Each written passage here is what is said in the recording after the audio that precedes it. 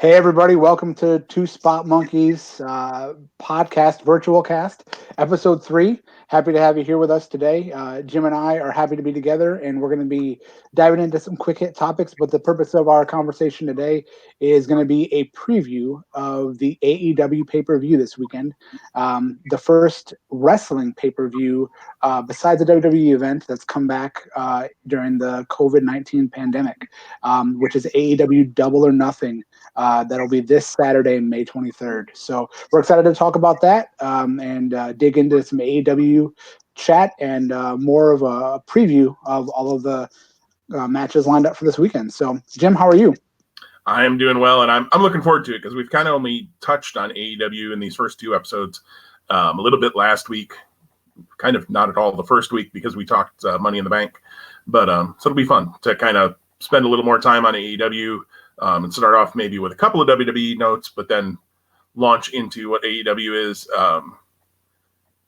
They've kind of gotten this empty arena thing figured out, it feels like. So, or I don't know if figured out's the right word, but maybe it doesn't feel as empty because of their crowd that they have there. So we want to talk about their crowd who, quick aside before we launch into topics, Billy Gunn has got to learn if he's going to wear a mask, stop wearing it as a beard cover.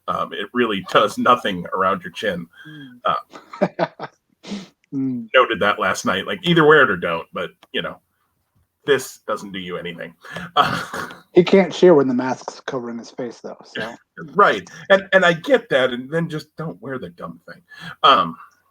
Wear it when you're out in public, please, but if you're not going to wear it right, just don't wear it. Don't let my wife hear me say that.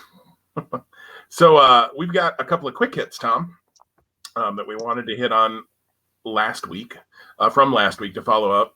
You had not seen Raw when we recorded last week, so you hadn't seen Asuka becoming the women's champion in a very non-traditional way. It turns out she had won the title the night before. What were your thoughts on kind of how that transpired last Monday? Yeah. I'm okay with how it went down. I don't know that WWE found themselves in a position where they could have or would have been able to handle it differently or better. Again, a lot of this stuff was we don't know the timing of when they learned that Becky Lynch was pregnant. I'm wondering, or I'm guessing it may have been kind of known a little bit in advance because she clearly wasn't an active participant on Raw in the weeks leading up to Money in the Bank, if I can remember right, if my timeline's correct. And actually, based on an Instagram post that I thought Seth Rollins made after the announcement was made, it seems like she found out she was pregnant before WrestleMania. So not that it would have maybe impacted anything to do with the pregnancy, but it's entirely possible that she had that match with Shayna Baszler at WrestleMania while being pregnant or right around that same time. And not that her notifying them then may have changed those plans. But it's just the timing of it. Again, as fans, we get to sit back and go, wow. And again, this is more than just being a wrestling fan. This is a big life thing. I mean, arguably Becky Lynch is the biggest women's star in the last 18 months on the heels of Ronda Rousey's run. All credit to Charlotte Flair and other people who are big names. But when you think about visually, Becky Lynch has been the face of the women's division and women's wrestling, for lack of a better part, in the United States. So it was very emotionally touching the way it all went down. And I did read a little bit after the fact that I think Asuka was maybe not looped in all the way in terms of what was going on with maybe the belt reveal or the pregnancy reveal. So that was kind of a touching kind of element to it. I don't know if it would have mattered, in my opinion, if they would have made that statement, if they would have made the decision and communicated it before Money in the Bank. And maybe they didn't want to do that because then they would have had to maybe address or answer the question of 3 SmackDown women being in the match. And what if a SmackDown woman were to win the Money in the Bank and win the title? And then 2, the idea would have been there would have been a briefcase for the men and maybe a title instead of a briefcase for the woman hanging there. So I don't know. I'm okay with it. I think you and I both agree. and we haven't talked about this before now, so I'm putting some thoughts into your mouth, perhaps. That we thought Asuka had been kind of, if you want to call it, an MVP of sorts, in this time of empty arena shows, and WWE had really given her and maybe relied on her heavily. So rewarding her, for lack of a better term, with the Money in the Bank to begin with, but then also then defaulting that into being the Raw Women's Champion. She deserves it, and hopefully it's an opportunity to kickstart might be the wrong term, because I don't know where they're going to head with length of title reign or who she'll face. Aside from the usual suspects, got to think Nia's in there. Got to think Shane is in there. Maybe Liv Morgan. Maybe Ruby Riott. Bianca Belair's on Raw, so again, that's a name that we haven't heard about for a few weeks in the women's division. So just all of those things, I think, set up that as it hands off from Becky to a new champion.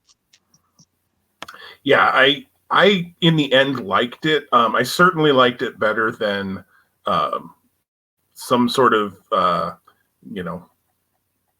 weak cash in, because obviously what I've read is that Becky was obviously pregnant at Mania, but they didn't know until after Mania, and that's why she hadn't been used since Mania. Was they found out shortly after.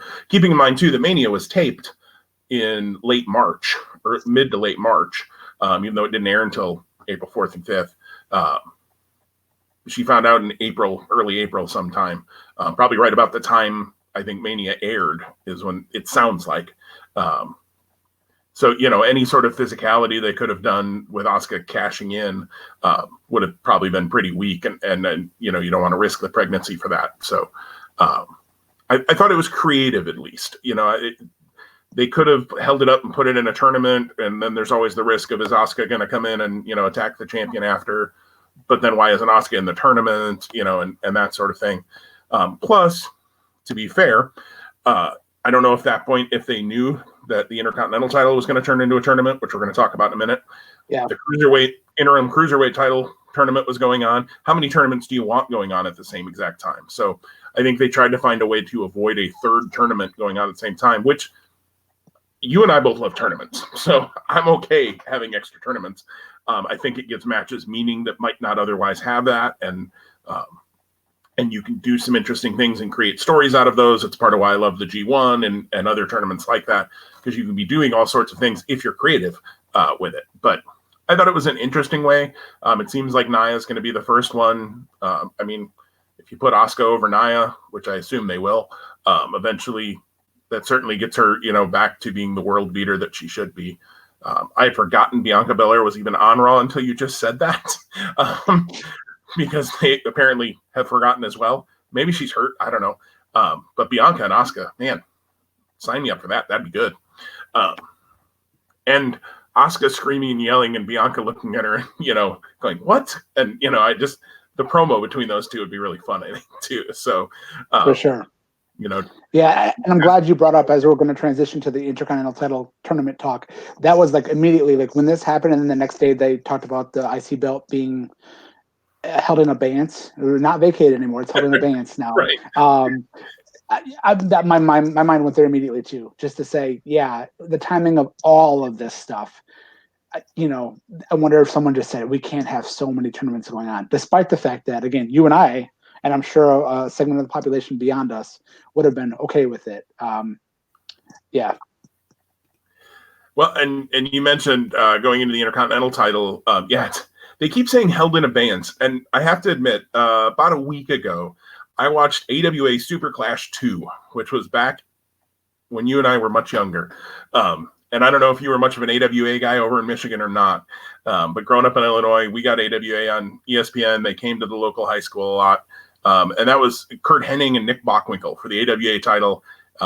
Hennig hits him with a roll of dimes, I think it was. I don't know, maybe they couldn't afford quarters. AWA wasn't doing well by that point, but hit him with a roll of something, and they held the title in abeyance, which to me, because of that match, abeyance has always meant like there's some sort of disagreement or controversy, and you're going to make a decision about who the champion is. That's not what they're doing here. they've stripped Sami Zayn of the title.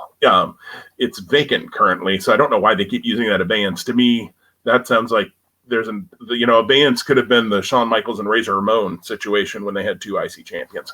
And I just keep going old school here with these references, but so the title tournament started this past Friday. And have you seen SmackDown from Friday, Tom? Yep. Yeah, I'm fully caught up. So yeah, So I was very excited that they waited until Friday, I believe, at least. I didn't see the bracket until Friday when I tuned in. So before that. Yeah, so when they showed the bracket, and it's interesting how, I think back to, again, let's date ourselves again, when Ultimate Warrior won the world title at WrestleMania 6 and they held the tournament for the vacated Intercontinental title then, the bracket was all on one side of the screen. So there was 8 guys, but it was all on one side of the screen. You look at the bracket on Friday on SmackDown, there's still 8 guys, but it's kind of 2 segments, the semifinal matches, or the quarterfinal matches on each side, and then to the semi, and then I thought that was an interesting way of laying out the graphics.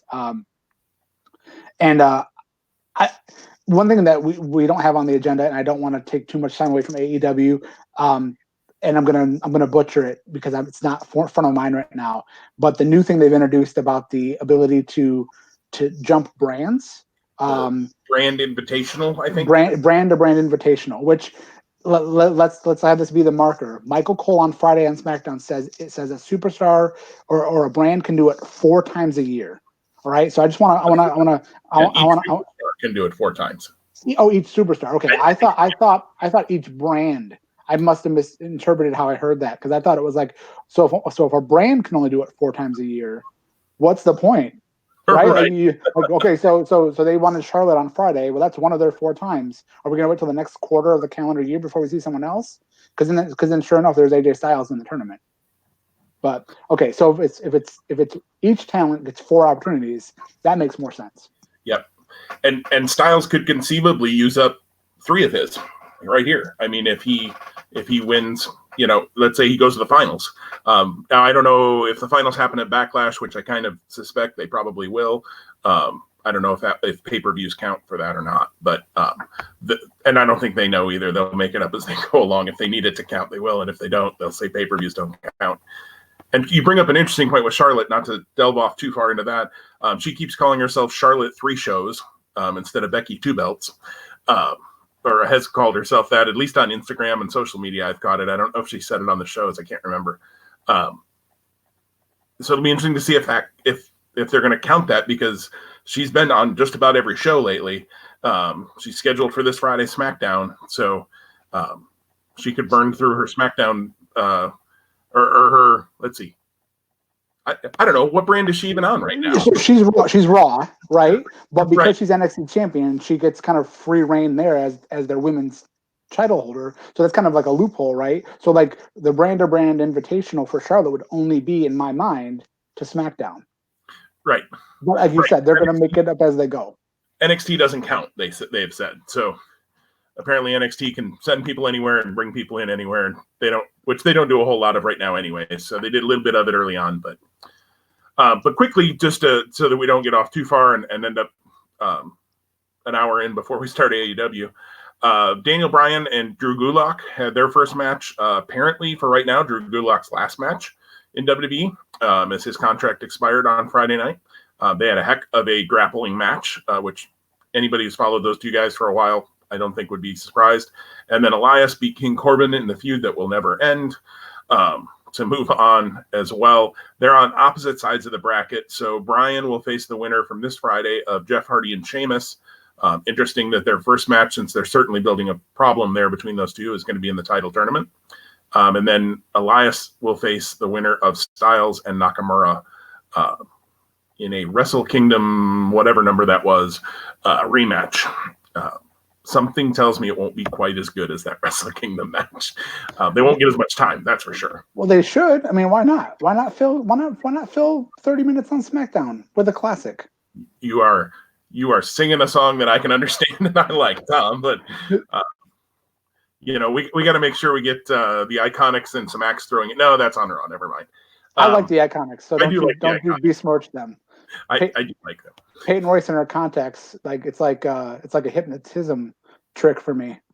Yeah, My wife's not here, so I can say that. you can say that. All right, good. The odds of her watching this podcast back are pretty slim. So So real quick, before we jump into talking about like maybe the way we might see this going, when you first saw the bracket, what was your hope and what was your guess? And if those are the same, that's cool. I'll be honest. My first thought was, why isn't Cesaro in this? But to me, the Intercontinental title has always been the workers' belt, and I think Cesaro would fit into that really well. But my first thought was, oh God, King Corbin. And we've talked about Corbin being a really great heel. I just don't really want to see him with the Intercontinental title because, again, I see that as, I love that Sami Zayn had it. I knew that when Sami Zayn had it, there were going to be good matches, and Zayn and Bryan was pretty good at WrestleMania, all things considered. So Corbin was my first thought. Versus who in the finals? Probably Daniel Bryan. Okay. After seeing the promo Bryan cut, now I'm starting to think it might go the other direction. And certainly Corbin's not going to win it since he didn't even win the first round match. I'm starting to wonder if we're going to get Bryan Styles at Backlash, which that'd be okay by me.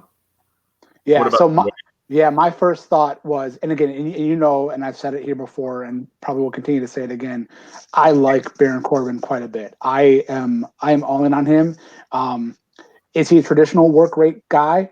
I don't think so. But I think what he does so well. And when I think about him back in NXT when he had hair and he wasn't King Corbin, how I was not even he wasn't even really someone I had on my radar. I've done a 360 on him. So so again, on paper I said, oh, the finals make sense if it's Bryan Corbin. And I didn't know necessarily which direction they might go, but I kind of said, all right, good guy on one side, bad guy on the other. Boom. Okay. I also, and we'll get to it, I'm sure in a minute, was very surprised by the Sheamus Jeff Hardy matchup. When Corbin lost on Friday, I was stunned. But he's a guy I think that's kind of Teflon where he can lose and it doesn't really impact him. I thought it was a little bit weird, and I haven't seen Raw yet, but knowing that he was going to Raw the following Monday to fight Drew McIntyre, to have him lose to Elias how he did. Again, people are watching your brand, so give us some continuity. I digress. My goal now, my dream would be that it's Styles with Daniel Bryan in the final. That's what I would love to see. I tend to think Sheamus probably wins his match this week because that furthers probably through some sort of shenanigans, and then Hardy maybe interferes in the semifinal match. To cost Sheamus that chance. So I think out of that side of the bracket, that's going to be the story. But Bryan talking about how he wants it to be the wrestler's title, kind of like we were saying, the work rate belt, for lack of a better word. They're never going to say that on totally. Although he came close to saying those words. If they're going to kind of tell that story a little bit, I mean, you could go Bryan Nakamura too. That certainly would be a very, very good match as well. I just think in the WWE landscape, AJ Styles means more than Nakamura at this point. And I hate that I can say that Nakamura doesn't mean a whole lot in the WWE landscape because I'm a big Nakamura fan, but the way they booked him, unfortunately, I don't think it would take much to get him hot again, but if he's got, the fire in him to do it, if they wanted to get behind him, but they haven't shown any signs of wanting to do that. So, yeah. One thing I do potentially see, and I hope I'm wrong about this, but it's WWE, so you have to kind of unfortunately look for sometimes the things that you're not expecting to see. I sense there might have been like an AJ Styles, Baron Corbin something, and starting at Money in the Bank, and I kind of thought, okay, Corbin Styles second round. Well, then Corbin loses, so I don't know that I see them giving us Elias AJ, even though as much as it could make sense. And I think AJ Styles has moved into that baby face-ish role, maybe not totally yet, following the Boneyard match, but I think it's easy to move in there, and people can and do like him.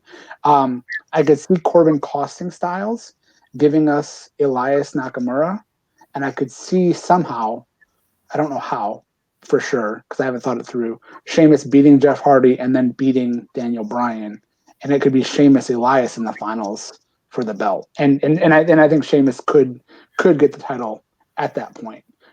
Not that I'm saying that's the direction I would want to go or see, but somehow like Elias is the guy that never dies. Like again, like I didn't see him winning at WrestleMania, even though it made sense because that should have been the blow off. But then it wasn't. And then 3 weeks ago, a month ago, he gets his hand smashed and a guitar broken over his head. And then 2 weeks later, he's back and he gets a win. He gets redemption one more time. So who knows?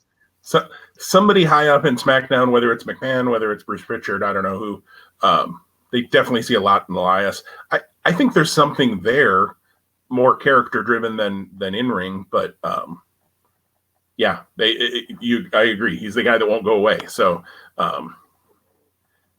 we'll see. The way you just laid that out, I could see that happening too. And maybe Sheamus, then you keep going with Sheamus and Hardy, and that's for the Intercontinental title, that feud, eventually leading to Hardy getting redemption.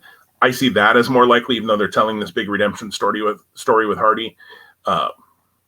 I see an Intercontinental title run probably in his future. I don't know that I see him as Universal Champion, partially because I think they're always worried that it feels like Jeff Hardy's, a step away from being gone for 6 months to injury or demons in the past. So I think, unfortunately, they got to be a little careful with that.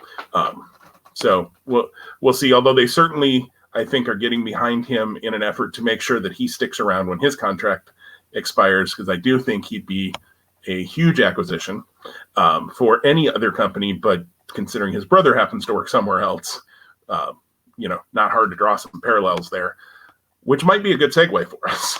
And I didn't necessarily intend it to be that. But Double or Nothing is coming up this weekend. And there are 9 matches now set for that show. Before we go into those, though, we talked about just kind of running down the last 2 weeks of results and just really quick highlights. We don't necessarily have to, if there's anything you want to talk about, though, stop me at any point, Tom. But I know we're going to get into more of the specifics of each of these results as we get into each match along. We'll do a match-by-match preview. But a week ago, Wednesday, let me get on the right document here. So on May 13th, we had it started off. Cody drove his truck into the arena, and he and Lance Archer had a pull apart because, of course, what Jake Roberts had done with Brandy 2 weeks ago, so the week prior. Then we had a quick highlight video of tag teams. They were highlighting their tag team division, which is pretty good, frankly. Chuck Taylor and Trent Beretta then beat Jungle Boy and Luchasaurus, which in the middle of that match, Orange Cassidy came out and got absolutely Mortal Kombat destroyed by a kick by Rey Fenix. We can maybe talk about that when we get to the ladder match, but I mean, Phoenix out of nowhere just blitzed him with that kick. Hikaru Shida then won a 4-corner match with Britt Baker, Chris Statlander, and Penelope Ford. Kenny Omega and Matt Hardy beat Santana and Ortiz, Proud and Powerful, if that's what they're calling them or not. I don't know. They had another Taz tried to interview Darby Allin, and Allin explained his wrestling background, which I think we can get into a little bit too. That's an interesting dynamic they're doing with those two. After that, then Nyla Rose interrupted an interview with Hikaru Shida and said, "Found your kendo stick, bitch." She whacked her with it. MJF beat Lee Johnson. Chris Jericho beat Shug D, which I just want to say really quickly. They did a great piece talking about how Shug D, Sugar Dunkerton, who we know from back in the Chikara days, you and I saw him at a Milwaukee Chikara show at my bachelor party when he was working the throwbacks with Dasher. They did a great piece about how he'd been working his whole life for this opportunity and blah, blah, blah, and then they beat him in like a minute. The hell? Like, such a WWE move. I'm sorry. It was just like, I didn't expect him to beat Chris Jericho. No, but give him a little bit. I don't know. That was weird to me. Then Jericho, though, set up the Stadium Stampede match, which we'll have a lot to say about here. And then Brody Lee beat Christopher Daniels, kind of maybe putting that Dark Order SCU thing maybe to rest. We'll see. And then Moxley came out and cut a promo to end the night.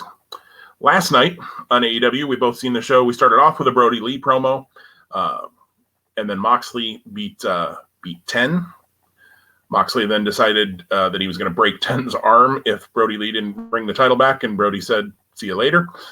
So 10 now has a broken, what would that be, left arm, I think. MJF beat Marco Stunt in a really good match, actually. I thought they had a really nice, fun match. Jake Roberts and Arn Anderson had their face-off. This was awesome. I'm just, those two guys have an intensity. Maybe your look said something different there, Tom. Did you? We'll get to it. In that, though, there was news that Mike Tyson has free reign to walk around the ring during that Cody and Lance Archer match. So, piece of important news as we get towards that match. Darby Allin had a very strange promo with a casino theme, and the card and the ladder were on fire. He had people playing poker against him who all were wearing the faces of the other competitors in the ladder match. Pac, we were talking about this before we recorded, Pac, not Pac, as he was called in Dragon Gate USA. Pac had an incredible promo. I thought that was a great piece that he did, keeping him and Death Triangle kind of in the midst of things, even though Phoenix is the only one there right now, because Penta is in Mexico and Pac is over in the UK, unable to travel right now. Phoenix, actually, I read somewhere, lives in California. That's why he's able to be there, which is great. Phoenix then beat Orange Cassidy in, for me, the match of the night, easily. And that's coming from somebody, we'll talk about this when we get to the ladder match probably, but I'm always a fan of Orange Cassidy's second half of his matches. Once he gets going. But I thought he and Phoenix had a heck of a match. Then they had a brawl afterwards. We can talk about this maybe for a minute, Tom.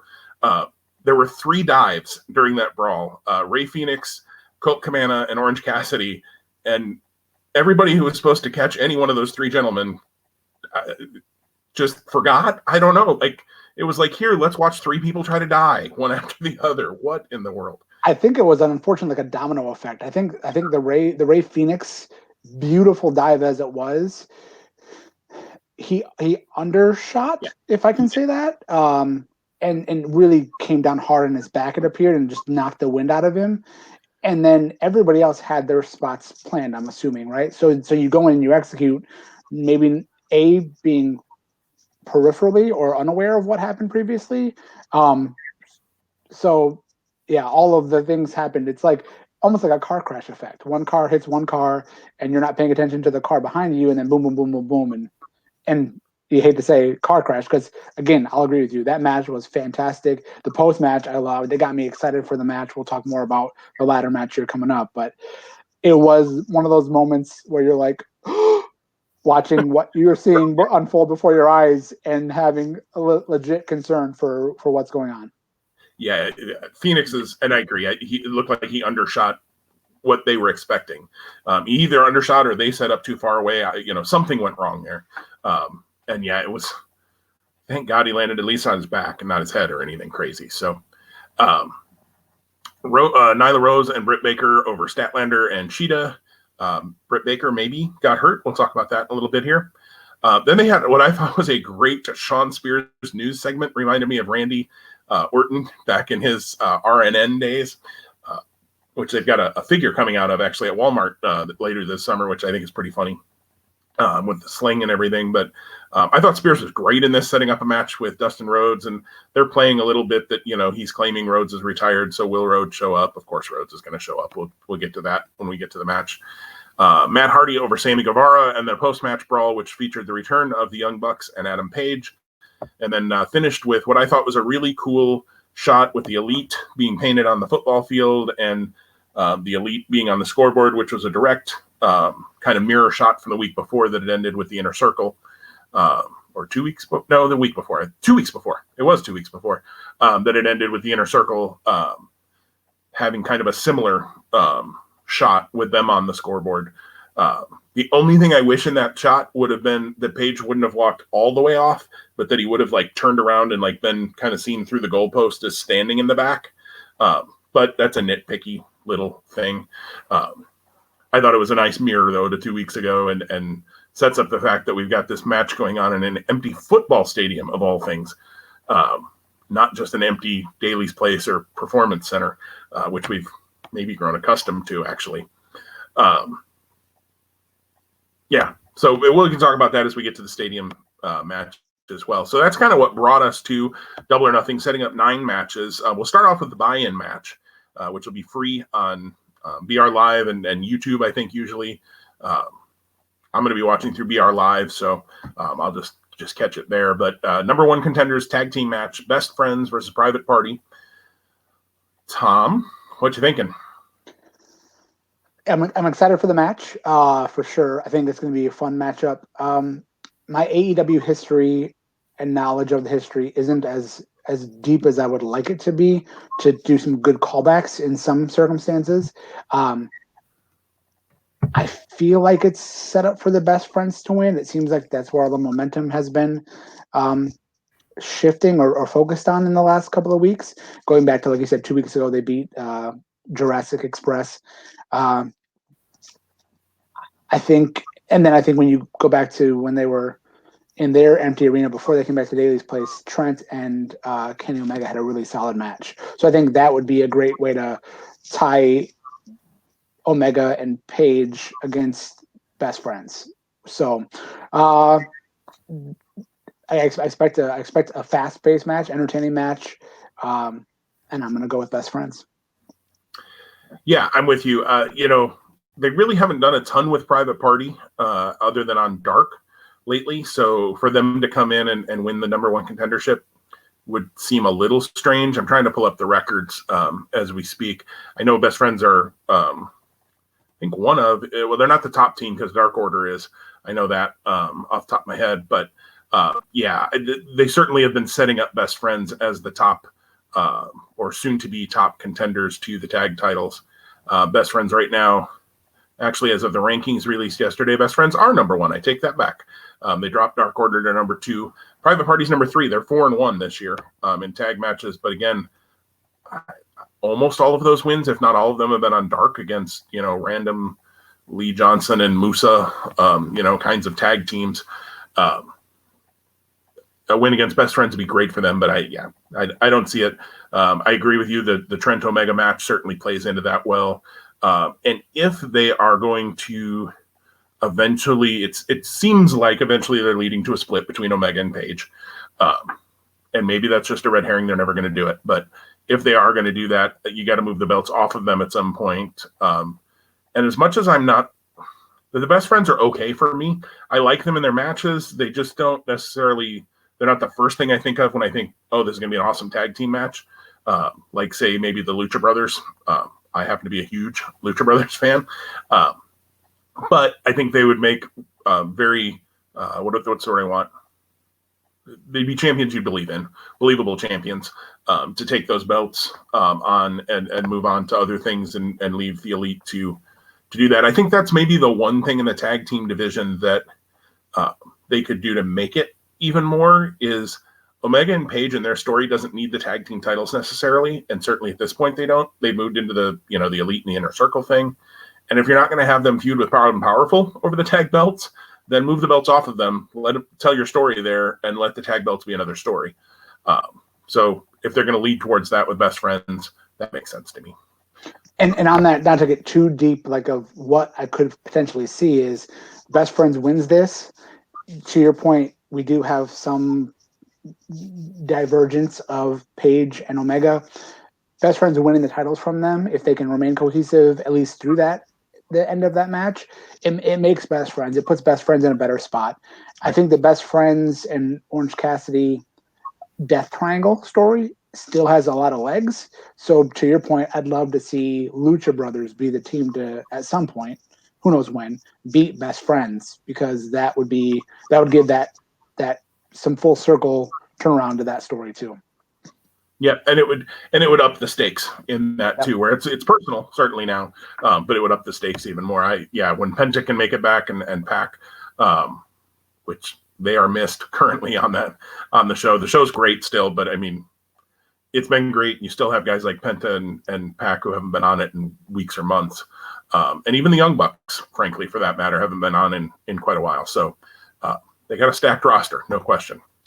We'll move on to the main card, and just added last night on Dynamite, right towards the end of the show.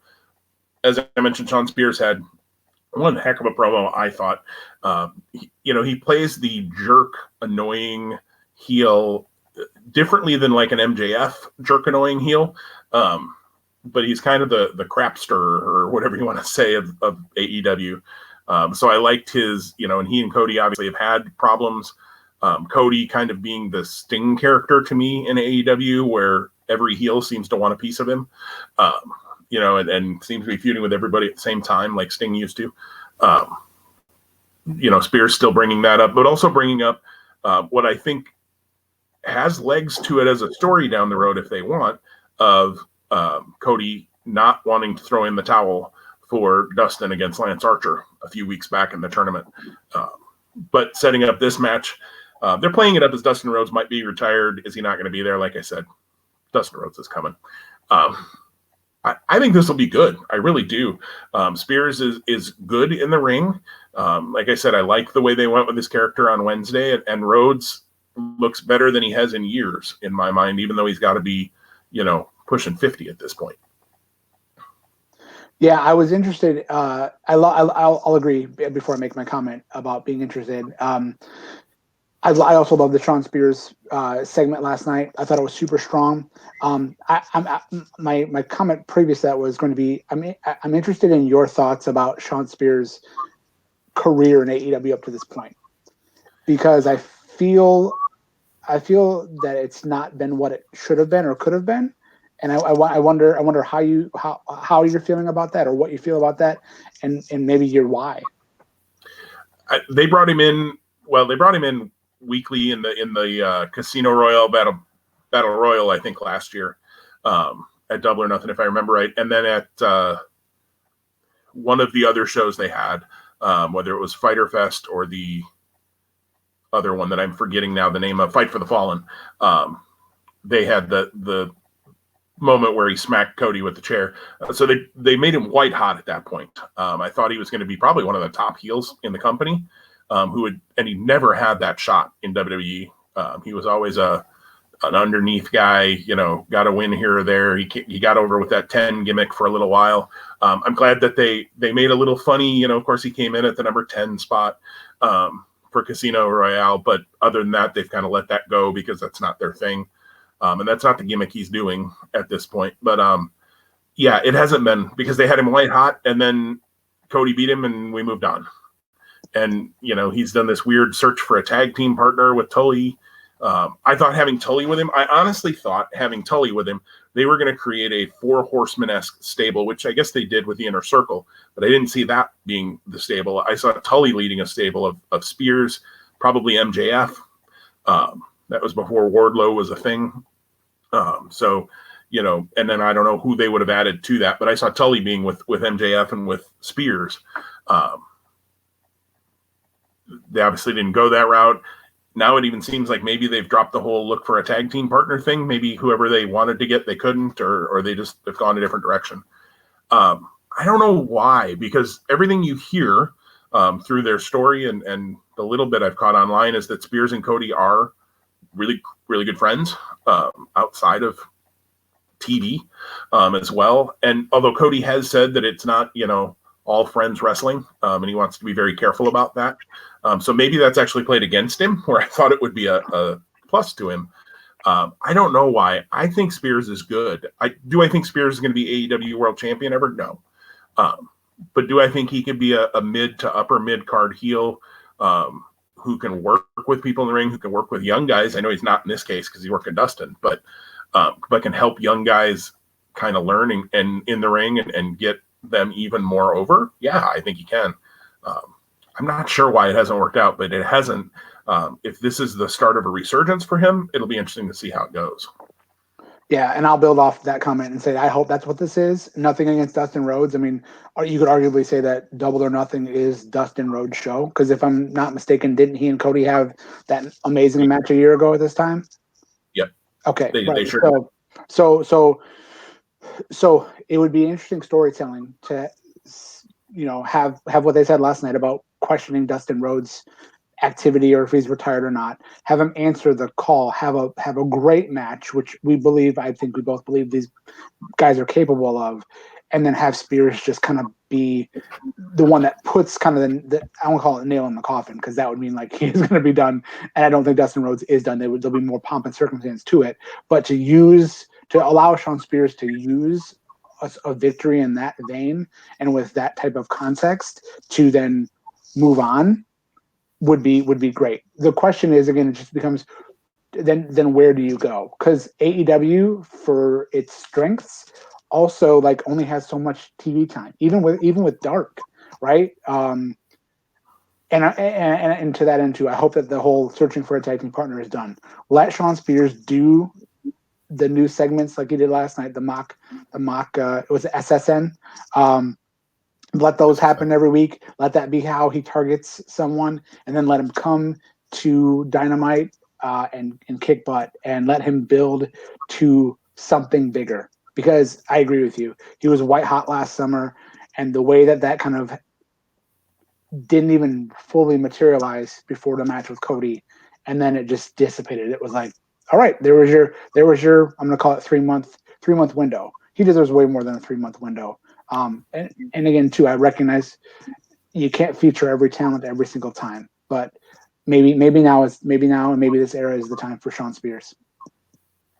I agree, and yeah, the lack of TV time certainly is something they could do more with Dark. They could make that a little bit, I understand it's on YouTube, so you're probably it's not gonna be your A show by any stretch of the imagination, but it doesn't necessarily have to be all squash jobs either. But that could be another story for another podcast someday. Moving along, there we go to Britt Baker and Chris Statlander. This match I would think is a little bit in question right now, because Baker appeared to get hurt when Statlander and Hikaru Shida double Death Valley driver Nyla Rose onto her in the corner. Rose kind of landed on her leg a little bit, and it looked like maybe her knee was bothering her. Dr. Sampson was down there, actually wearing a mask over his nose and mouth, unlike Billy Gunn. And sorry, I'm just ripping Billy Gunn a new one here tonight, today. But they didn't play the injury up at all on commentary. Like I said, she didn't pop up and kick Statlander or something. Which at first I thought that's what was going on. I thought, oh, okay, this is going to be the age old. We've seen it a million times. The heel is hurt, and then they aren't, and they hop up and they bounce around on their knee and show how good they are.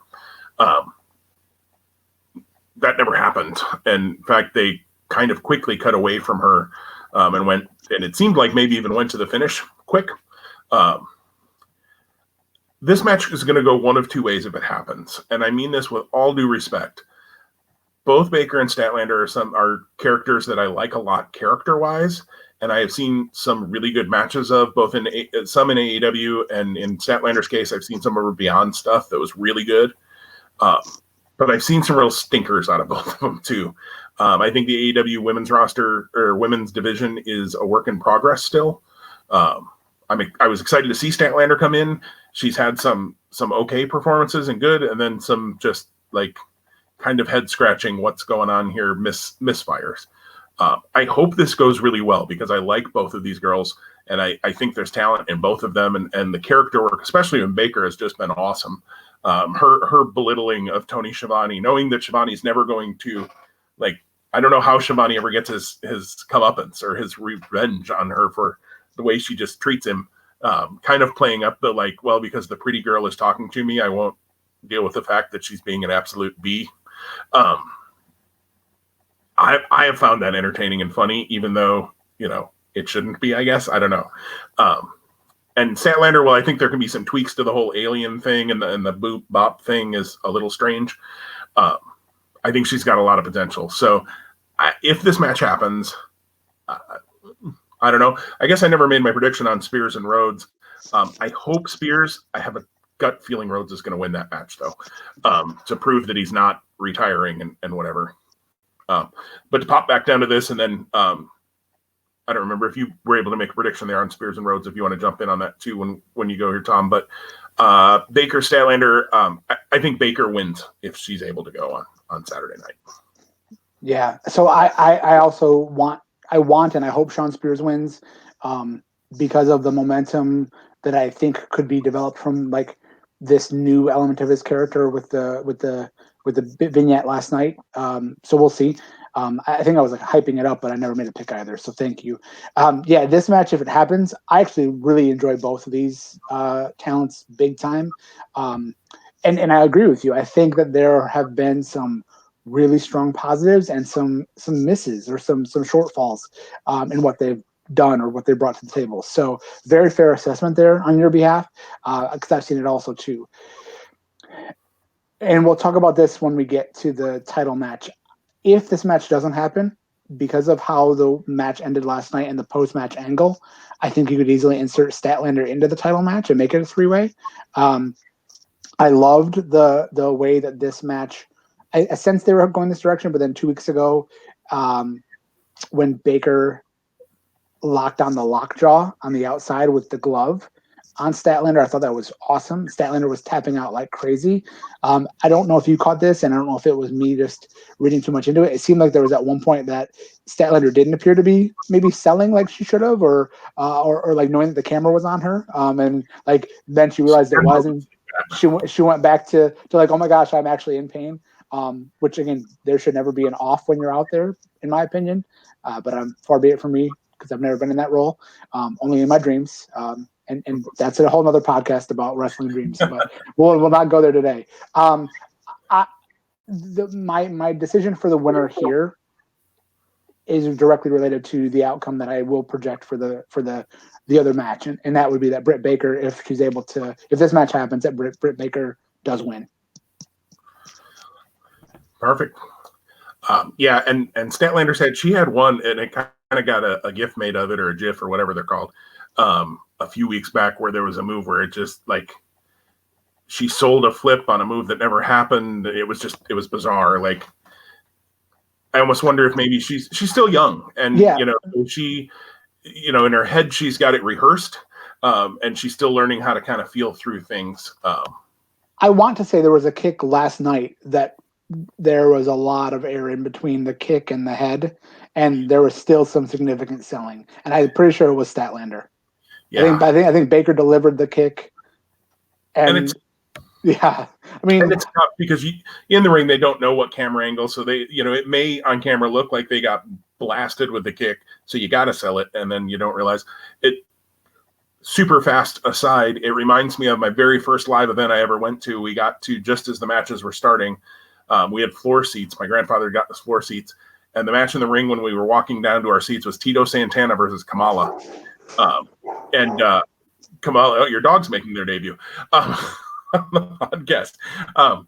Tito Santana slapped Kamala and missed him by about 3 feet with the slap from the angle I was walking in on, and Kamala sold it like he got hit with a brick.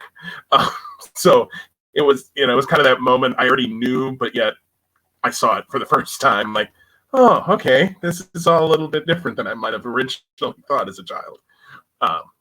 Yeah, that certainly can happen. The Dark Order, what was it, 3 months ago, the guy who was punching Dustin Rhodes on the ground, and like the hard camera's right there on him, and he's missing him by about 3 miles with these really weak-looking punches. It happens. It happens. It's live TV. Let's move on to MJF and Jungle Boy. I don't know if you've caught, they released a Road to Double or Nothing, which I wish they do more of. They used to do these, and now with Dynamite, I think they don't do them quite as much because they're able to tell the stories through Dynamite. But sometimes they do a little more in-depth feature pieces on those Road Twos. And they had a promo on the Road To. I just happened to watch it last night, where MJF is sitting on a throne and cutting a promo. And MJF is great on promos. I don't know that there's a lot of argument about that. Maybe you hate him. I don't know. But I think he's great on promos. And he cut this great promo. And what he was actually hinting at, which I was curious to not see really carried forward last night on Dynamite, was he was hinting at that Jungle Boy is better than the other goofs he hangs out with, as MJF said. And he said the other 3 goofs. I'm trying to figure out who the third one is because he's got Luchasaurus and Marco. I don't know who the third goof he's adding in there is. It might have been just a misspeak. I was trying to remember who the 4th member of Jurassic Express is, and there's not one, I don't think. I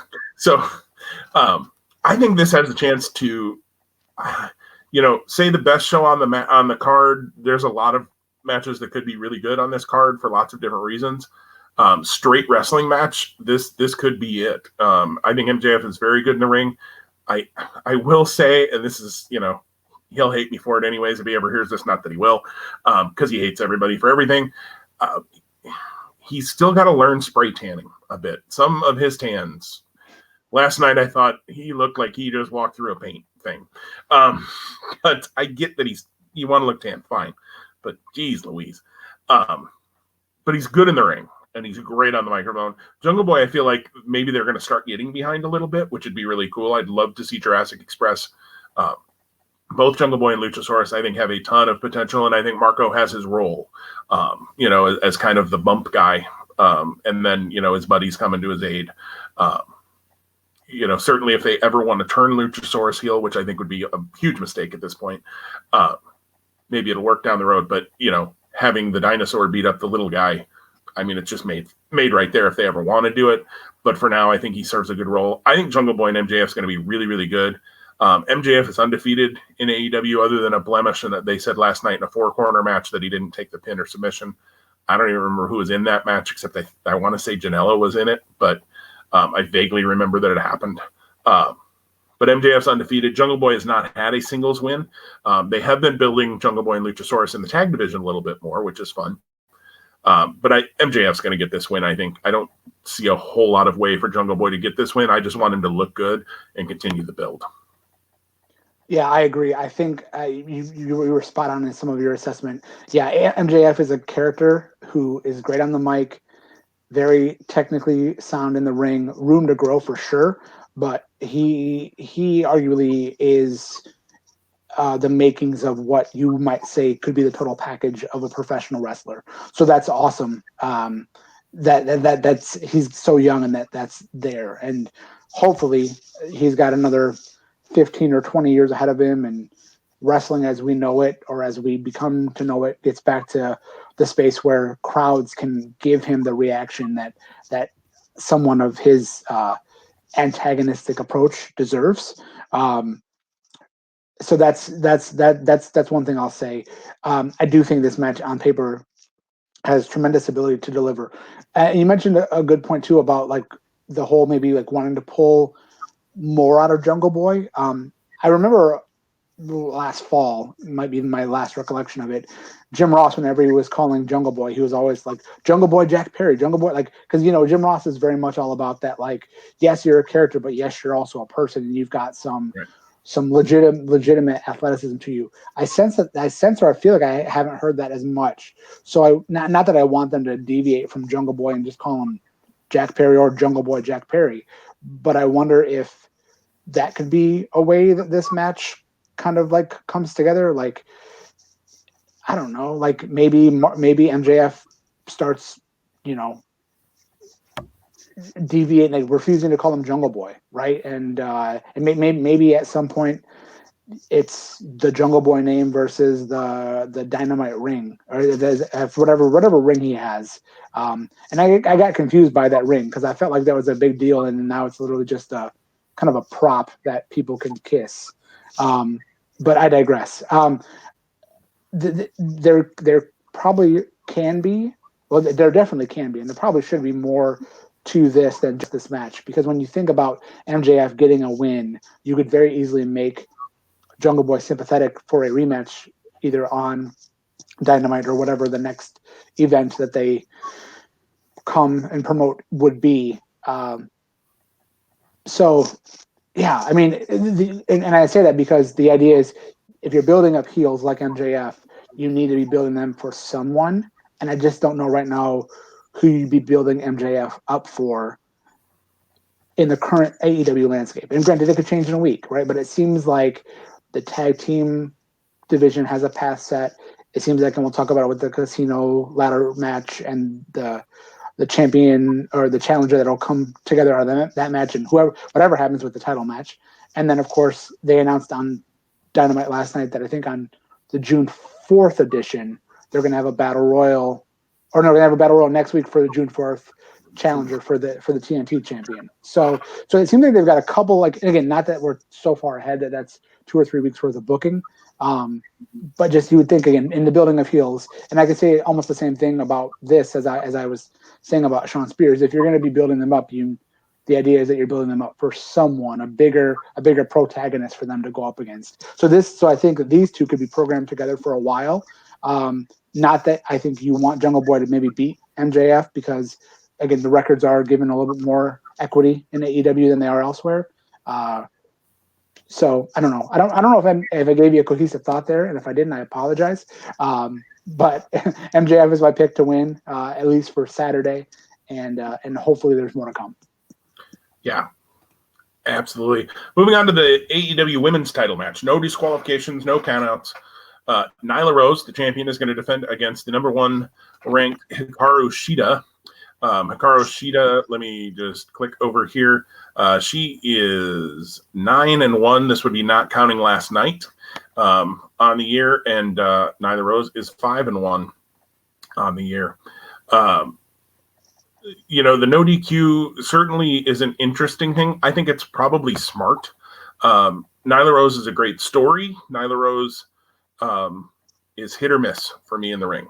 I think she's coming along, but she's hit or miss. So the no DQ certainly can help kind of fancy that up a little bit, gimmick it up, which is not a bad thing necessarily in this case. Shida has really impressed me with her work as of late. They've certainly been building her, no question about that. And I think it's always tough to know for a superstar who speaks some English, but not a ton, how's that work? But without crowds, it's also hard to know. They're certainly giving her the push. Is it working? It's worked for me. So I guess that's all I can go off. I can't, a lot of times crowd reaction can tell us a lot. And of course, they can make the crowd react however they want right now because they all work for them. So they have a little bit of the advantage on that, which is probably maybe a good thing for them right now. You're not going to get the weird crowd that's going to, turn Fandango into a thing, overnight or whatever, that you're never going to do anything with. But anyways, different story, different podcast, different episode. I can see this go one of two ways. Either Nyla Rose just, because of the no DQ thing, just beats the holy tar out of Shida and ends up beating her, or beats the holy tar out of Shida. I think that's happening either way. And then because of the no DQ thing, Shida is able to overcome that and win the title. I actually think that would be the right move at this point, is go ahead and put the belt on Shida. I think there's more stories there than there is with Rose right now. You can still do lots of different things with Rose, have her get involved with Chris Statlander, have her get involved. The babyface side of that women's division maybe needs some more oomph. Rio, I'm assuming, is over in Japan, perhaps. We haven't really seen her in recent times.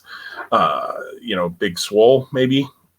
Big Swole and Nyla Rose kind of have had a little thing here and there. Maybe that's where you go, but I think it's Shida's time, and I'd like to see it. I'd like to see Shida win the title. I agree with you. Yeah, that was my hope. I was really surprised when Rose pinned Shida last night in the match. Was that last night or was that last week? I apologize. Last night. Okay, yep. It was good. I'm not creating revisionist history. When she pinned her clean-ish, I was like, oh wow, why would you do that to the challenger before the match on Saturday? But then the post-match happened where she got superplexed through a table. So the babyface came out in the end, but it didn't give me the sense. I don't know. It left me just wondering, like, you typically want to like give the babyface maybe more of a hope that they might successfully win the title, but knowing that she can be beaten by Rose took away a little bit of that, perhaps. As I was saying earlier, if the Britt Baker Statlander match doesn't happen, I think because of the way Statlander prevented Rose on the turnbuckle before the superplex, you could easily insert her into this match if you needed to, and that might change how this goes. But I agree with you. I think that it is the right time for Shida to win. She actually has been someone I've enjoyed from the start. When I think like she actually to me is way better than Rio, and nothing against Rio, but like I just again the size, personality, in ring, like all of those things, I feel like she checks for me. That wasn't happening with Rio. And again, why Rio was the choice to be the first champion, I don't really care. That's their prerogative. And regardless of wherever it went, it's kind of like Ring of Honor. They wanted to get the belt to Xavier, but Loki winning the title was the right move. Rio maybe winning the title was the right move for like a Image and International, but like getting the belt to Rose, whether she loses this weekend or not, was part of that story. And Xavier becoming champion in Ring of Honor because he was a bad guy, part of the prophecy, that all, and again, deviating, so sorry, but trying to make that analogy. I'm eager to see how this match comes together with the no DQ. Expect tables, expect kendo stick, and who knows? Maybe there's outside interference that we're not even expecting that'll play into the end. Yeah, I agree, and I hope this is good, and I think it probably will be.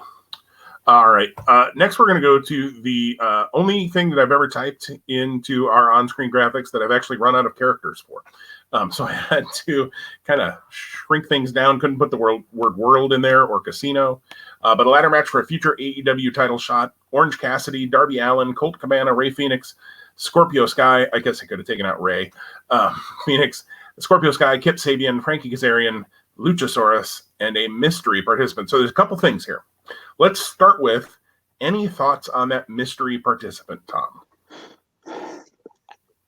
I don't even want to begin to make guesses, right? Because so the low hanging fruit in my mind could be Drew Gulak. Why not?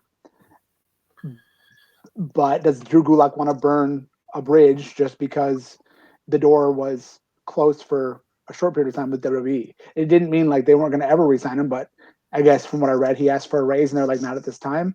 Okay, well, your contract expires.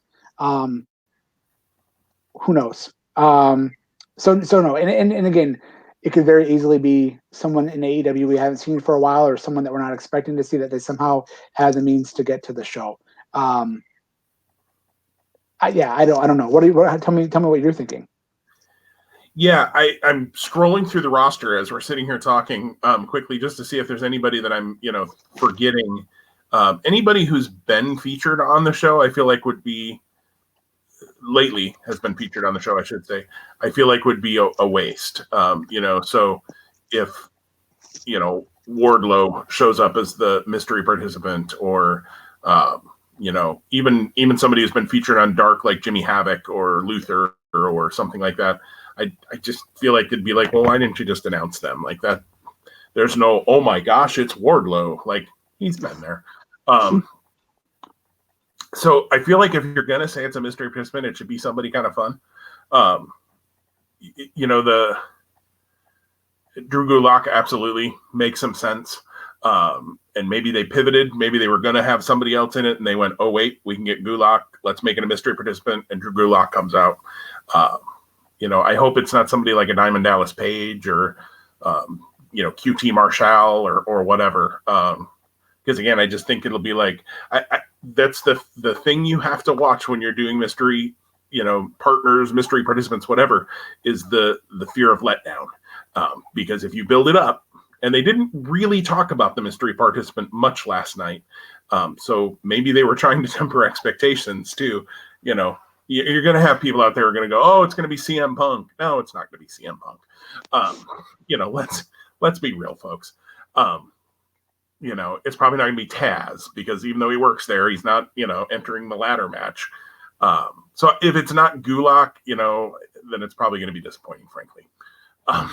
And I hate to say that, unless, it's Pac or it's Pentagon or somebody like that, like you said, who hasn't been able to be there. That would be cool. And then you have a little bit of the, you've got 2 members of Death Triangle in there. You've got 2 members of SCU in there. And then you've got some loners or folks Sabian has a tag team partner, but he's not in this match. Luchasaurus has partners, but they're not in this match. So, and maybe it's another dinosaur. I don't know. Maybe Luchasaurus has a brother that we don't know about. But has the Purosaurus, Japanese version or something. All right, terrible joke. We should probably edit that out, but we don't have a way to do that. So let's talk about, who do you think wins this match? So, let's be honest. When it comes to ladder match participants and 3 episodes in on this podcast now, we're not great at predicting ladder match winners. We had Otis ranked absolutely at the bottom, and he wins. And we did have Asuka as the number 2 choice. So, her winning wasn't a total upset. But I think just looking through these without spending a lot of time on each name, I don't see Kazarian. I don't see Cabana. I really don't see Scorpio Sky even. Kip Sabian, please no. I just don't think he's that great in the ring yet. For me, it comes down to Luchasaurus, potentially, or Darby Allin. I don't see Cassidy winning a future world title shot.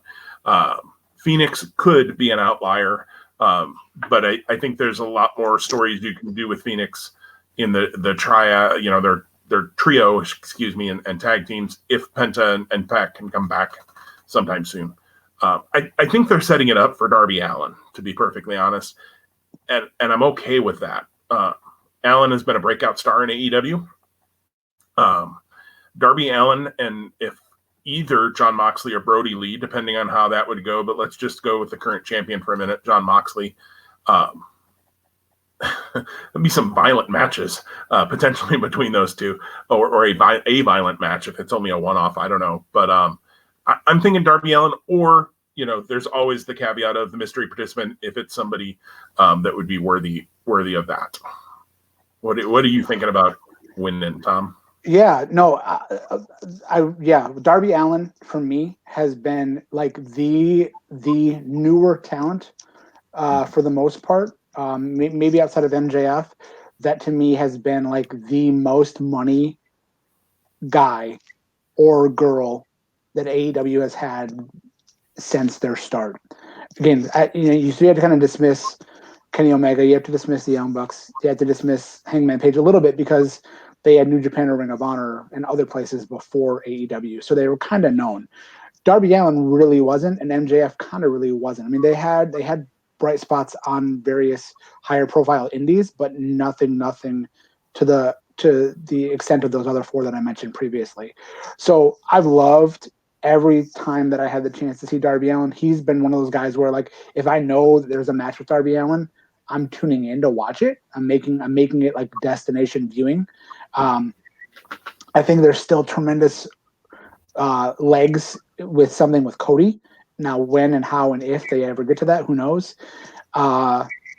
Didn't Moxley and Darby Allin have a match earlier this year? Did I make that up, or did I dream that? Talking about wrestling dreams? They may have. I think they did. I think in maybe February. Yeah, maybe February. But if that did happen, and if it was a reality and it wasn't a figment of my imagination, that was awesome. So, like, when I was looking at the participants before chatting about this with you, I was having a hard time, much like in Money in the Bank, where you have to say, okay, just because it's on paper doesn't mean they're going to immediately get that title shot. So I don't know if this means they have a year, 6 months, a month to cash in or to exercise their right. So you can't, in my mind, I was trying to say, you can't marry yourself to it's either going to be Moxley or Brody Lee that they're going to challenge. It very well may be, but try not to marry one of these guys to that. That being said, when you were talking, the light bulb went off for me a little bit brighter to say that Darby Allin versus Moxley, thinking about the potential previous match they had and how much I enjoyed it, or Darby Allin versus Brody Lee would be, I think, both fantastic. Again, armchair booking, if Gulak were to be also an option, I think Gulak versus either of those 2 guys would also be tremendous. But beyond that, nothing on paper with any of the other guys. All respect to them, doesn't draw me in right now. So I think I'm gonna go also mimicking you that Darby Allin is my choice because I think that with the story they're trying to tell with Taz too, maybe interplays into it. Makes sense for the long-term storytelling. Yeah, it was back in November. Oh. Actually, Moxley and Allen had a one-on-one match. Then they teamed up back in March here and faced Jericho and Sammy Guevara in a tag match. But yeah, they had a one-on-one match back in November. So that's what quarantine does to you. It makes you feel like November was February. Right. We've joked about it each week of what day is today and that sort of thing, and what month are we even in anymore? Yeah, it's a real thing, no question. All right, so moving on to the Stadium Stampede match, I should say. The Inner Circle, all 5 members versus the Elite of Omega, Page, Hardy, and the Young Bucks.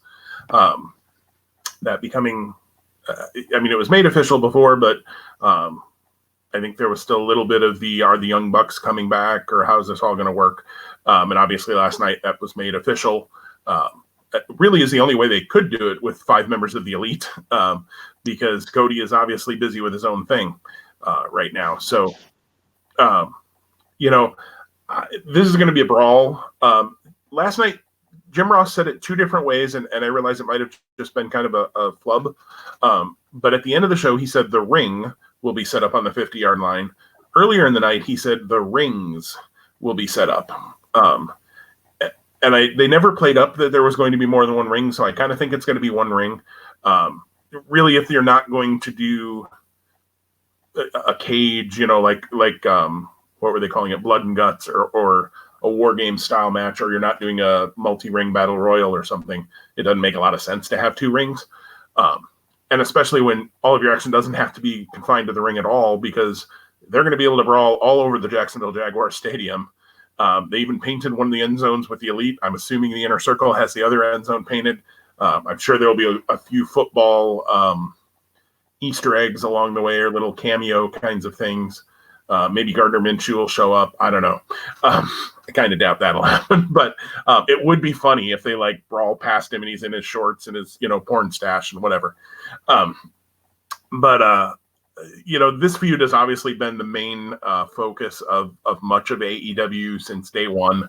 It was originally going to be a blood and guts match back in March before the pandemic hit, and that didn't make a lot of sense. And honestly, don't do a War Games match with no crowd. That just, aside from the fact that at that point, having 10 people in the match,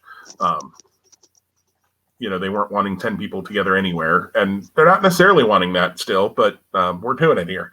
So we got 9 people in one match, we got 10 in another. But they're going to be able to socially distance somewhat because they'll be all over the stadium. Good luck to the crew for keeping up with this. I'm kind of wondering, I'm thinking this is going to probably be taped ahead of time. I could be wrong on that, but it'll give them a chance to edit things together since they'll have different locations.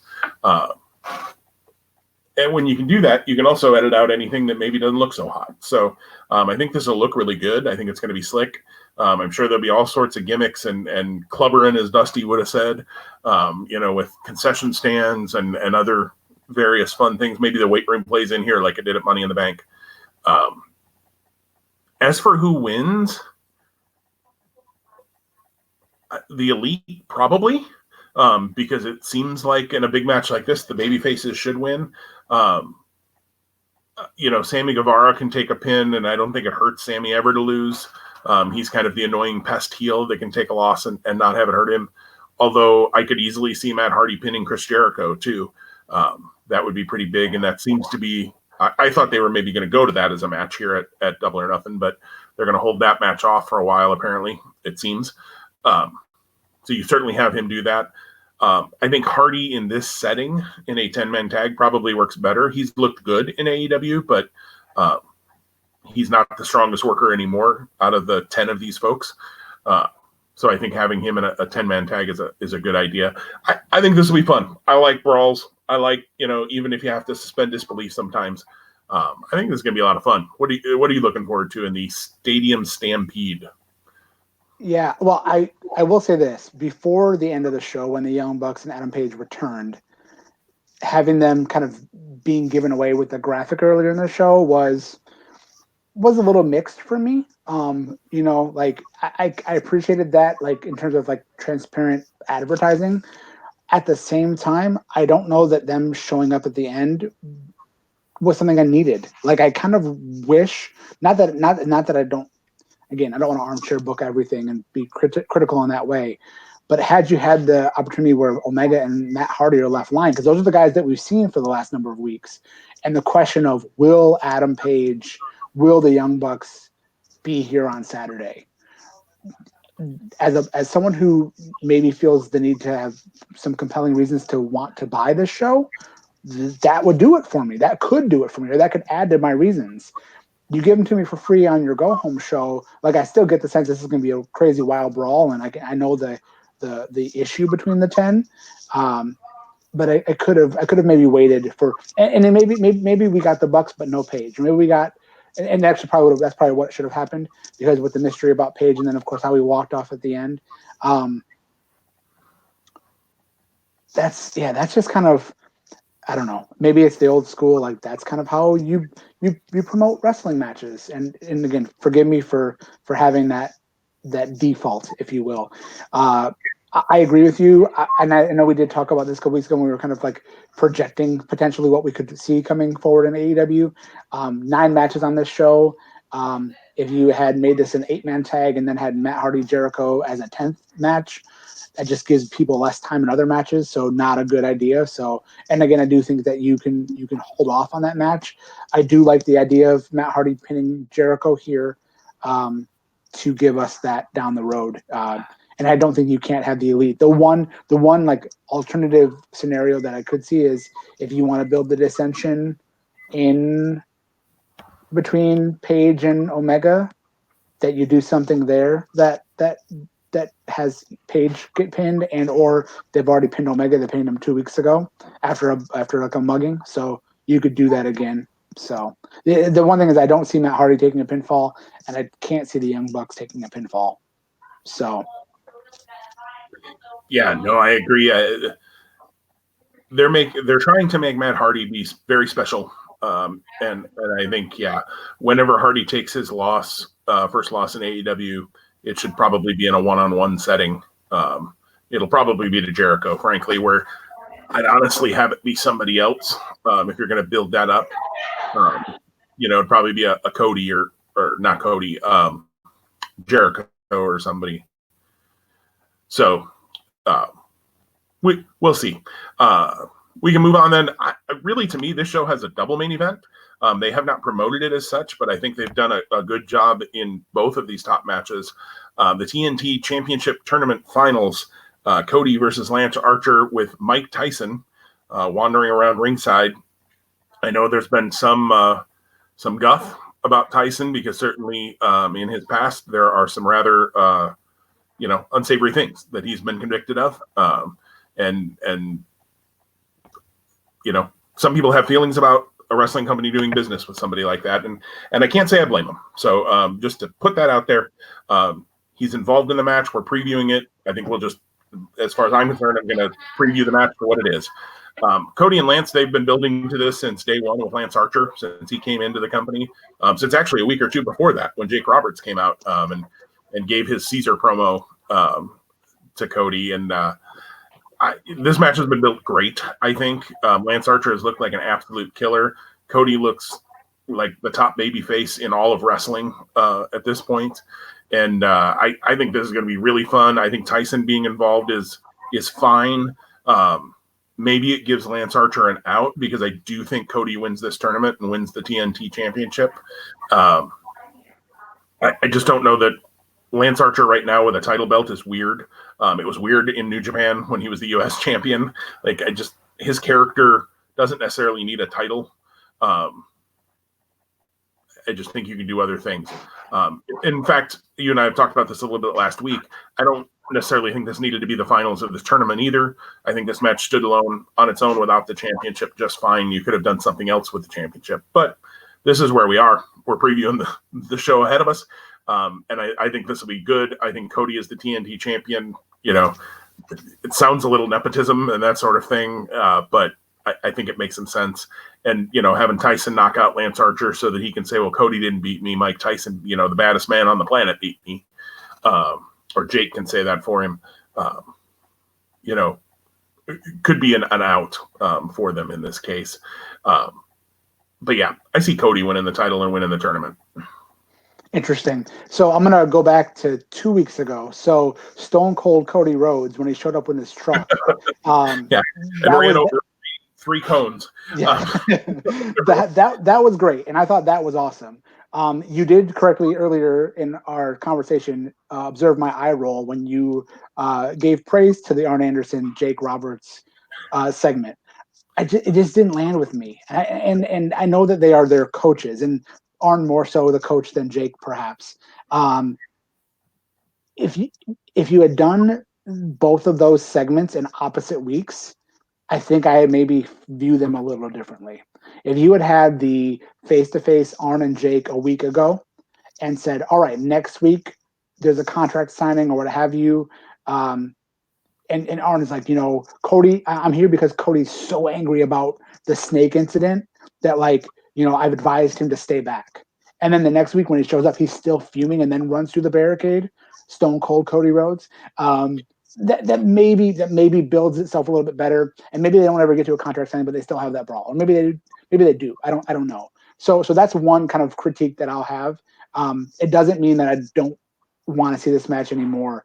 I just thought last night Arn and Jake were a little long in the tooth, and it made it about them when it shouldn't have. And Arn more than anything had to be the one to kind of get it back on the tracks, I felt, which is surprising because Jake's the guy that's known to talk. So go figure there. Going into the match and thinking about Cody Rhodes winning this title. So we know in Cody's story in AEW that he can never challenge for the AEW world title again. I feel like Cody coming up short here is another layer of the chapter that could be written. I think you and I both agree that as a babyface, he doesn't necessarily need the title to be more over or continually over. But also at the same time too, is Lance Archer the right fit for getting a belt here? Again, also building up strong bad guys, building up Shawn Spears, building up MJF, building up Archer here should he win the title. To me, this could be a pick 'em, because I think I can make valid points, and you made valid points for Cody as to why having him win here makes logical sense. And I see your point about Archer. I don't know that I am as committed to him being weird with the title, but I think him winning the title and having Cody come short does more for Cody's long-term story than just the end of this tournament and whatever their issue is, because I don't think that their issue ends here. So in that same breath, maybe Cody does get a small package pinfall, but gets beaten down after the match and has to get saved by Tyson. And I don't know how Mike Tyson gets involved. And again, I don't want to get too deep into that, just because again, he's a novelty. And again, is he getting you to buy the pay-per-view? If that's the general you, not you, Jim, specifically, good on you. But I don't know that that's a make or break thing here for me. It's a novelty. It's one more novelty in a match that's about a title, which is another gimmick. So I think I'm gonna go 51% Archer, 49% Cody. But that being said, Cody winning with a small package, and then Archer getting in the battle royal to get the shot, and then dethroning Cody in 2 weeks could very easily make sense, because then Cody can say, yes, I was the first TNT champion, but I had it and then I lost it just as quick as I had it, knowing that him either acquiring titles, getting title shots, and or being able to retain titles when he has them, maybe like the ghost that haunts him as his AEW story continues to be written. We got to get you the book somewhere, man. That was all good stuff. And you make a compelling argument for Archer as well as champion. So, yeah, I liked the Jake and Arn thing last night, but that's the beauty of two spot monkeys, is we're not always gonna, things aren't gonna hit the same way for everybody. I definitely think Roberts. I I've never really heard Archer give a promo outside of Everybody Dies. So maybe he is better than we think. But having Roberts talk for him most of the time has worked all right. I think we also finally moved away, and maybe this is just, now when it happens because we're not thinking about it. But for a long time, I think, especially in the Cody MJF thing, we were kind of, a lot of people, I think, I shouldn't say we, were thinking, when is Arn going to turn on Cody? And it seems like I don't feel that anymore, which might be a good thing, because then when it happens, you're like, oh, I should have seen it coming. I don't necessarily see that Saturday night, but, at some point, Arn can't be a babyface forever. He's Arn Anderson. So when he mentioned last night of he sees the evil in Jake Roberts' eye, I thought, well, the comeback to that could be, that's because it's in your own eye, heart and eye too.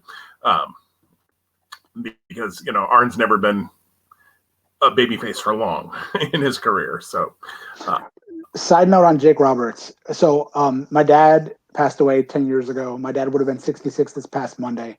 I kid you not. And I don't know if you've ever had a chance to meet my dad. You may have, maybe in Detroit during Mania weekend. I did. The way that Jake Roberts' appearance is, it literally is almost a spitting image of what my dad did look like, or probably would look like more so now. I think Jake's got a bigger gut than my dad had when he passed away, but the jeans and the tucked in shirt and the shoes, it's a freaking spitting image of my dad. So like I've been joking with my brother when we text one another that, and my brother doesn't unfortunately have the ability to watch AEW, but I'm like, you have to find some screen grabs of Jake. I go, because it's a perpetual spitting image of what I imagine dad or remember dad looking like, or probably what he would look like should he, or if he were still alive today.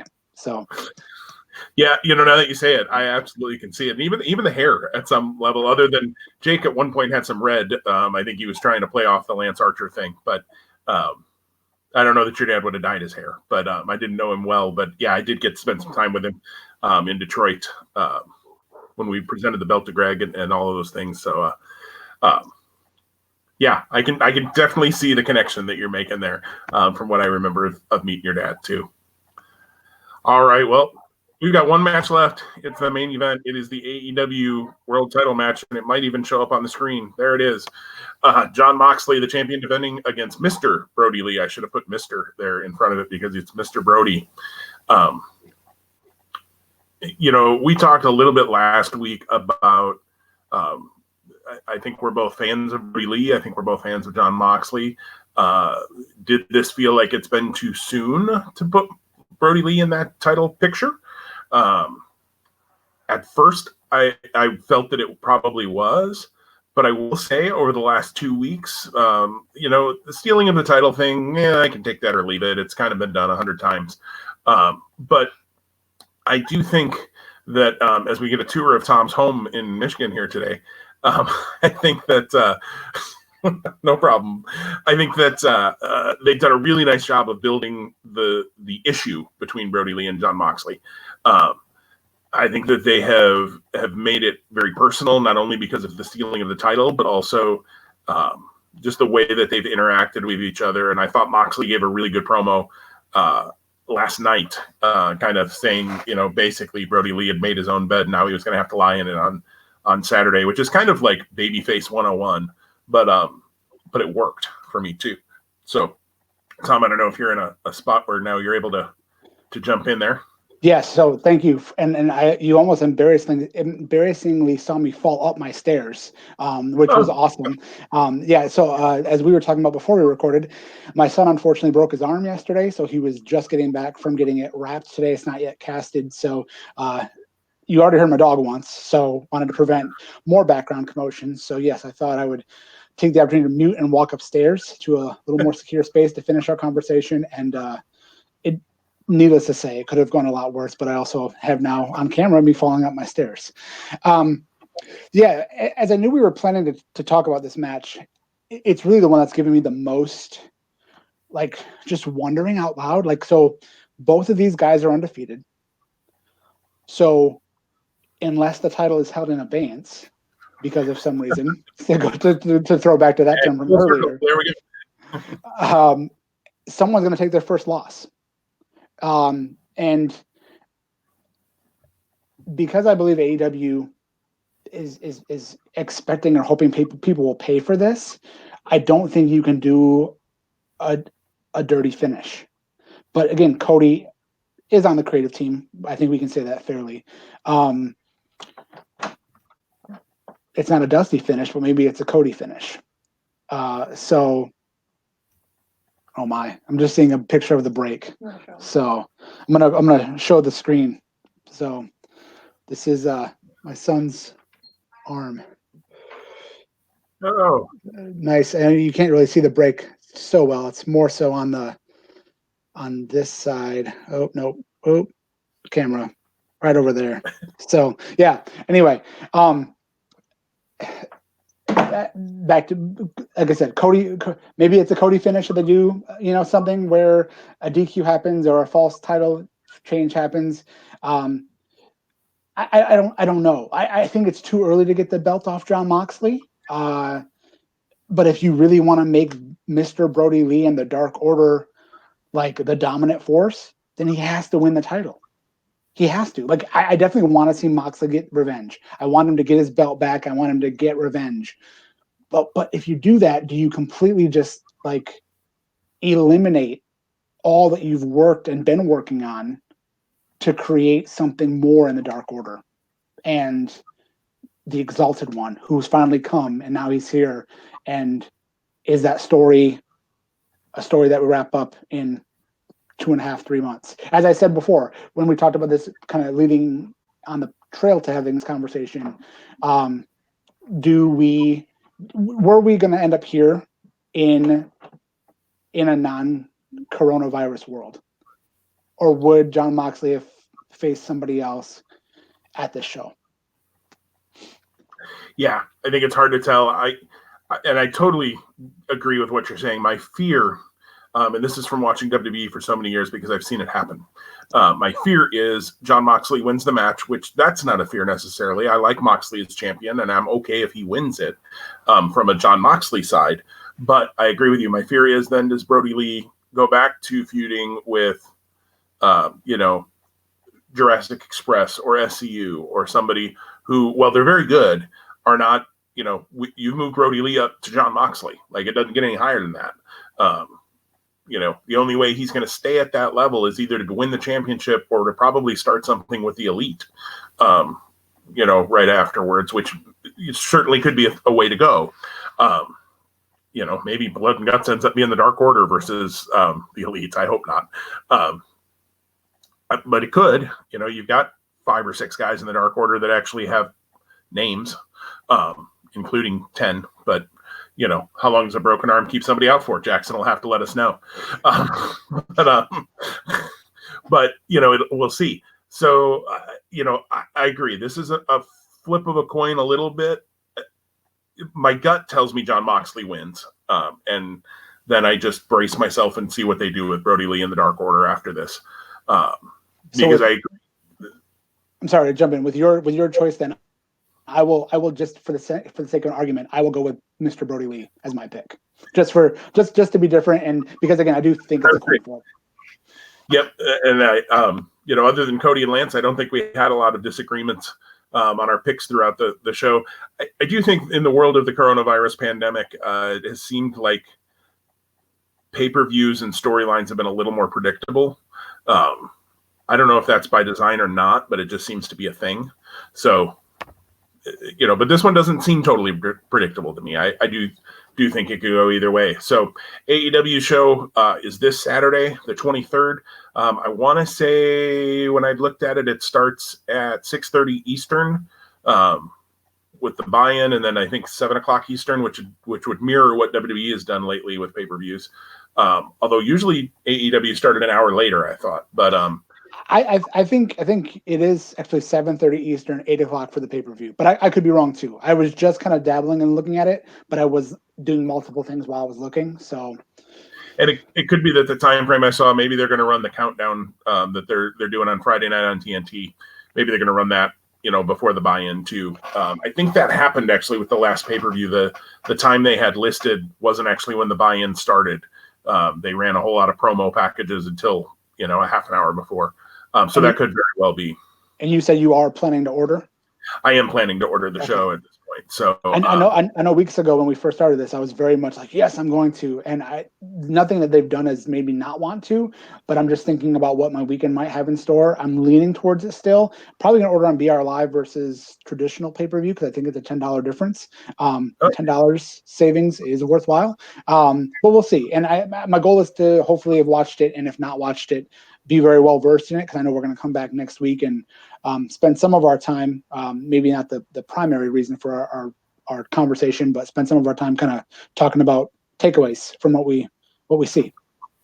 Yeah, absolutely. And I think it's $50 on BR Live, so I'm not sure what it is on traditional. 60.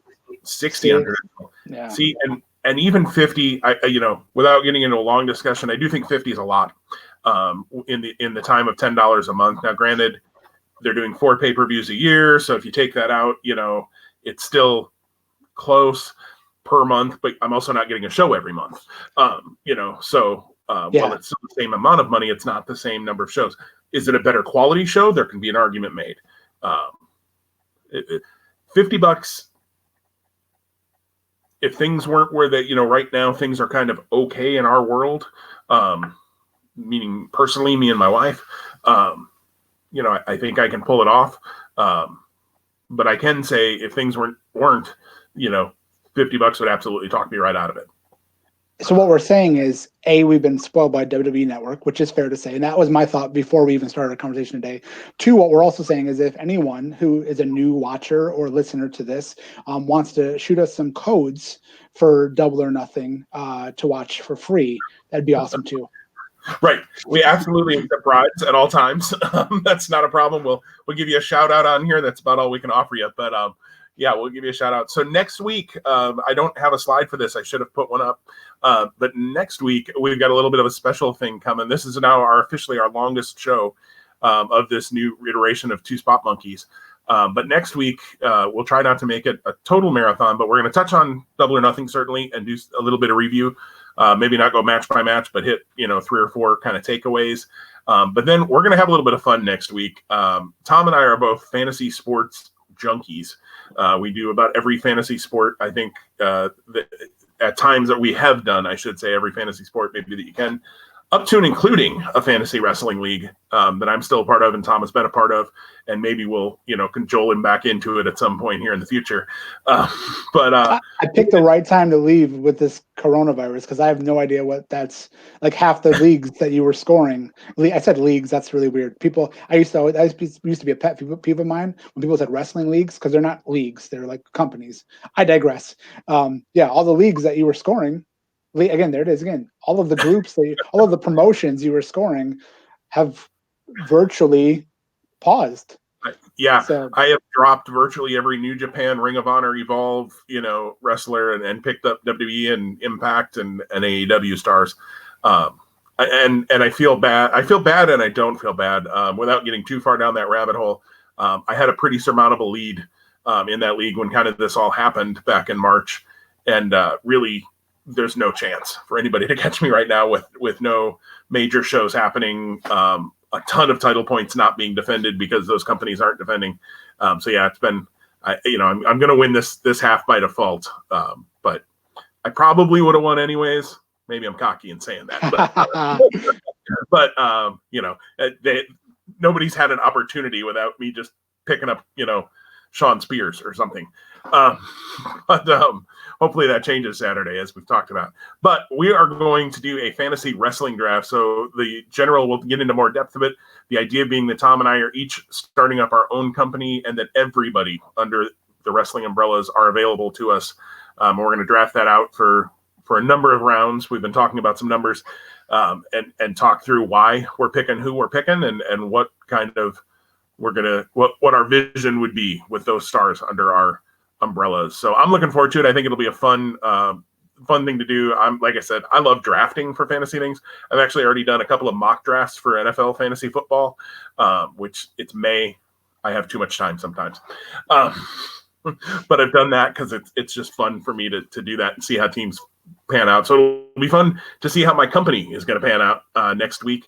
We'll probably come to you maybe even a little earlier in the week. I know we're going to record earlier in the week, so usually get that up same day or day after. So I'm looking forward to it, Tom, and drafting a company that will absolutely wipe the mat with your company. Good luck. Yeah, well, start building your fantasy roster, because I look forward to coming in and stealing guys right out from under you. That's right. We'll see who's going to go on an 83-week ratings win after that. So awesome. All right. Well, Tom, as always, it's been a pleasure, my friend. And for everybody who's hung in there with us through an hour and almost 40 minutes of random ramblings about AEW and other wrestling things, we sure appreciate it.